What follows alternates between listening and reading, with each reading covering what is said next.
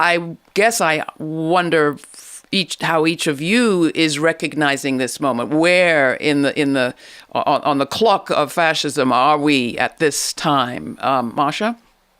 So speed is an important concept. And as is democracy. So let's try to unpack this, right? Because I think that I have very little tolerance for the wailing about our American democracy that is being destroyed.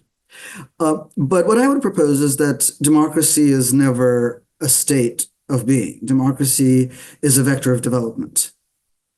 And this country has been on a roller coaster for the last 24 years at least.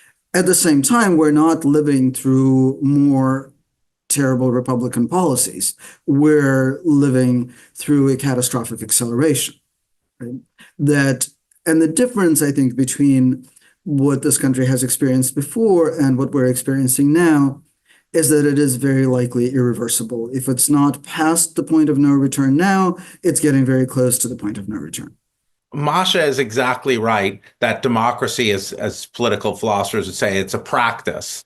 It's an ideal, as Dewey said, it's an ideal. And you know you're in a democracy when you at least take yourself to be engaged in the project of realizing that ideal.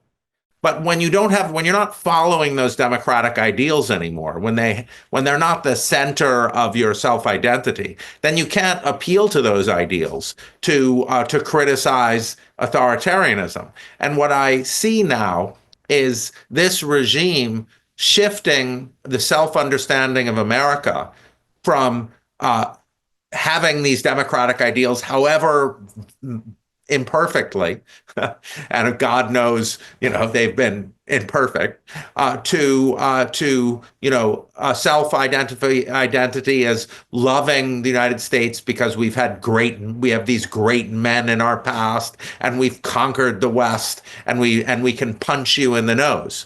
And that's not a democratic project.